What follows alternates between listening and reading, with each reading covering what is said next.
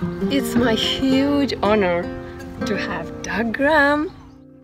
Doug Graham is an author of a legendary 80-10-10 diet book. He's considered to be the father of a low-fat raw vegan movement.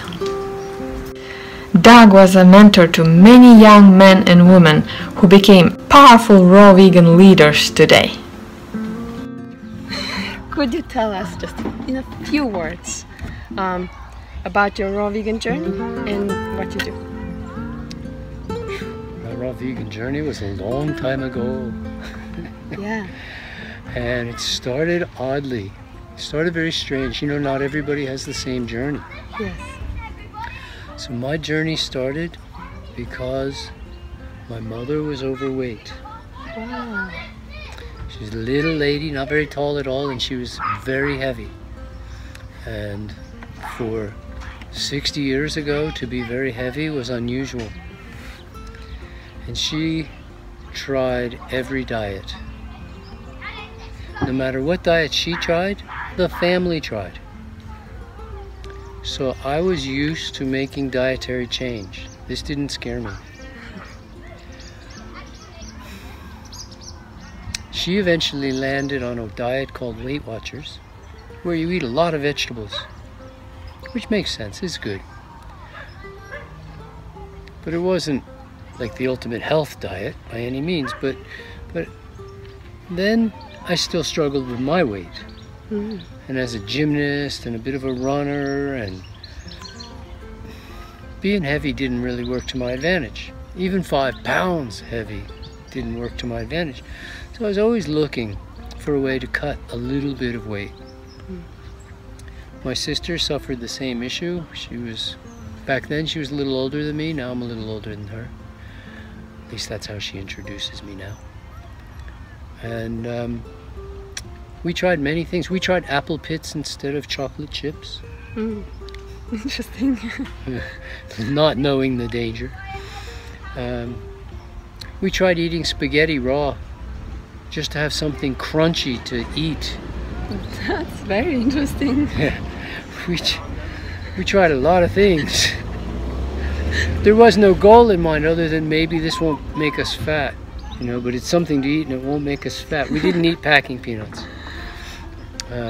They were made of styrofoam back then, not like they are now, made of corn. So we tried a lot of things, and by the time I was in my later teens, I was very interested in health. I started eating from a health food store, buying peanut butter from a health food store instead of from a grocery store, buying chocolate from a health food store instead of from a health food store. Instead of grocery.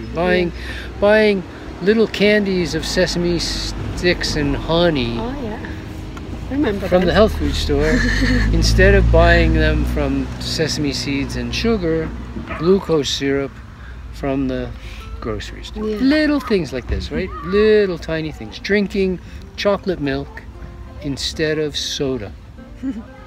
When I looked back and I realized how little these changes were, until eventually I met a girl in college. Mm. I met a girl in college. Now I was living on my own with 2 other boys, on my own with 2 other boys, if that could be done. Yeah. Off campus, we were making our own food. We're paying for our own food. We couldn't afford much. We were poor college students. So mostly we ate pasta. Mostly. Bread, rice, pasta, corn, potatoes. These were the cheapest foods we could get. Peanut butter, carrots, and rarely the things that were considered the finer things of life. I met this girl. She blew me away. We talked for a while, and she said, "I'm a vegetarian." Mm. So I said, "So am I." And I became a vegetarian right Cool. then and there. And I followed that for maybe 7 years. Wow. Different kinds of there's a lot of different vegetarian in the world. away. Yeah. I tried different things of vegetarian. And of course, the lovely thing about vegetarian is it's all encompassing. You can be a almost vegetarian, sometimes vegetarian, mostly vegetarian, more or less vegetarian, opportune vegetarian. You can be a vegetarian during the week. You can eat you could be a ovo, lacto, pesco, pollo vegetarian. You could. And everybody still accepted you, and you could still eat steak once in a while. And you were still a vegetarian. Wow. And I was not hardcore. They wanted members in their group, and they're willing to accept you in. All you had to do is show. So I became vegetarian. I learned more about it. I got a little more into it as time went on, and more, and met some other people who were doing it. Eventually I met a guy who was a vegan. I said, what planet is that? I'd never even heard of vegan. This is in late 70s, and he tells me a little about vegan. I said, okay, I'll do an experiment. I'll try vegan. Let's try vegan for a month.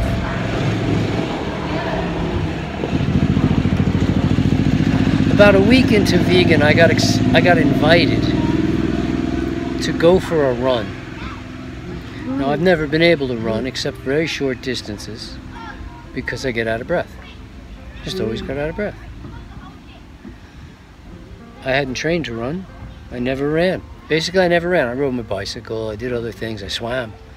But I could not run. And I got invited to go for a run, and this man took me for a run a week after I turned vegan. And I just wanted to really impress him, so I ran with him. And we went 6 or 7, maybe 8 miles. I mean, it was more than 10K, right? And I just ran. And my mind was just shocked that I could breathe through the whole experience. And I knew, obviously knew, the only change that had happened was I'd gone vegan. Wow. I go, very interesting. It is. Going from mainstream to vegetarian is a big change, with very little results, to be quite honest. Going from vegetarian to vegan is a smaller change with bigger results. I was only vegan for about 6 or 7 months. I don't know exactly. When it became profoundly obvious that I needed to eat raw food. It just became profoundly obvious. I don't know. I had met some other raw fooders. Obviously, they were all nuts. They're nuts. Who'd be a raw fooder? At that time. But it became obvious. And once it was obvious, there was no turning back. So I started playing around with raw food and eating more raw food and trying to eat more raw, mostly raw, lots of raw, high raw. Maybe even occasionally have a raw day. Eat lots of raw food. There was no raw foodist, really. It just didn't exist. It really didn't. And I just did it, and it worked, and so I kept working it, and it kept working, and the more I did it, the better it worked, the more profoundly the obviousness of the concept made sense, the better it worked, the more I did it, the better it worked, the more it worked, the more I did it. It took me almost 7 years to get to a point where I was eating 100% raw. Yeah. And never looked back. Yeah. So now we're up to like late 80s. And then I just never looked back. Just never looked back. It was working too well to go back and say, do I need to learn this lesson again? Do I need to learn it again and again and again and again and again? I'd already learned it again and again and again. And so It's quite a smooth I started doing the all raw all the time. I knew lots of people who were all raw by then. They were all raw some of the time. But they were mostly raw all of the time. They were 89% raw 100% of the time. It was very funny. But there was nobody 100, you know. So I just started signing my letters and my postcards and eventually emails, all raw all the time. Count on it. Yep. And if you go back to my oldest emails, all raw all the time, count on it. It's legendary.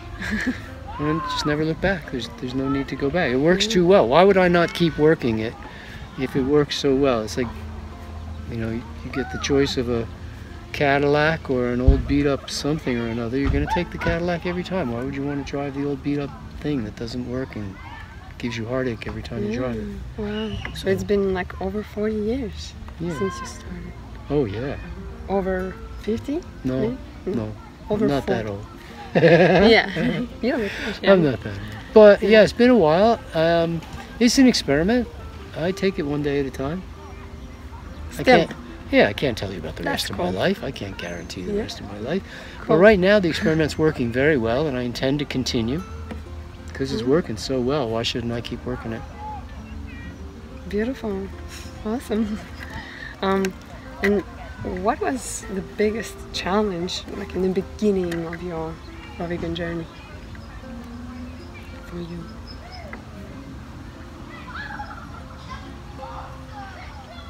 Challenge? Yeah.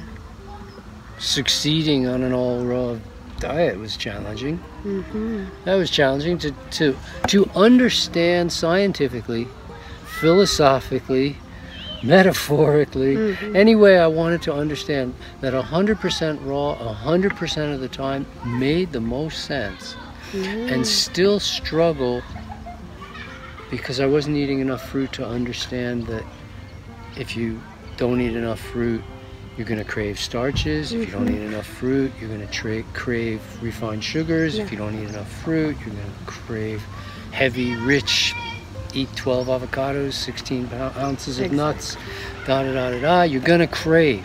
Yeah. Never understood that if you don't eat enough vegetables, you're going to crave salt.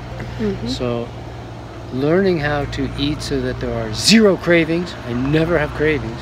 Sometimes I'm hungry, but no cravings. Exactly. Ever. Yeah. That was challenging, and what I had to learn to do was to eat enough fruit and eat enough vegetables. It's pretty simple. It's simple, but Yeah, it's easy to say after the fact. yeah. Can you imagine there was nobody else? There was no pattern. There were a couple people who had tried raw foods that I talked to. There were people who tried raw foods. All of them tried all fruit and failed. Okay, and they said that we knew for a fact that would not work because it never has, never will. I knew some guys who tried all vegetables, and that fails as well. Of course. That just fails, fall flat on its face. I knew some guys who tried fat and grass, so vegetables and oil, or vegetables and avocado, vegetables and nuts and seeds, and that fails. That just failed. You can't sustain it for any length of time, right? But there was nobody out there just eating enough fruit to be happy, and enough vegetables so you don't crave salt, enough food so that you don't fade away into nothingness. I mean, it's a little bit of trick. Yeah. And just a little bit of fat. Just enough. Yeah, I eat fats. I eat avocados. I eat nuts. I eat seeds. I haven't had any this week, Yeah. but some weeks I do, and some weeks I might have it every day. But some months I might not have any. When the fruit's really great, like in the middle of summer, I mean, well, I don't need to be eating fatty foods. When it's hot out, I don't want to be eating fatty foods. But I don't shun fatty foods. I just make sure that my annual average of fatty food consumption doesn't go much above 10%. Perfect. And when you were all by yourself and you faced these challenges and difficulties, what was your biggest inspiration to continue on the raw vegan path? I certainly knew many people who inspired me. But I would say the biggest inspiration was straightforward truth. I mean, I've been to school a lot. Right? I mean, I spent the first 23 years of my life, once I went to school, in school. It's a lot of years of school. I took a lot of science courses. And the science says, eat fruits and vegetables. The science says eat low fat. So low fat, raw fruits and vegetables. It makes all the sense in the world. If you're a cancer specialist, they say eat fruits and vegetables. If you're a heart specialist, they say eat fruits and vegetables. You got diabetes, they say fruits and vegetables. If you're a noeticist, study how the mind works, they say eat fruits and vegetables. You're coaching athletes, they say eat fruits and vegetables. You want to go into any, you're a urologist, you're a hepatologist, you're a gastrointestinal expert, you're a ears, eyes, and nose specialist, all of them have common statements saying eat more fruits and vegetables. Everybody's saying eat fruits and vegetables. It's not like I had to prove that you're supposed to eat fruits and vegetables. The funny thing was, I said, well, what would happen if I ate fruits and vegetables to the exclusion of everything else? And they say, oh no, that wouldn't be good. That wouldn't be good. But if you're just eating fruits and vegetables, include it with everything else. To me, it just made sense. If fruits and vegetables are best for me, why not eat what's best for me all the time? Yeah. So there wasn't really difficulties in that way. There was just no road to follow. Yeah. This was trailblazing for sure. This was trailblazing.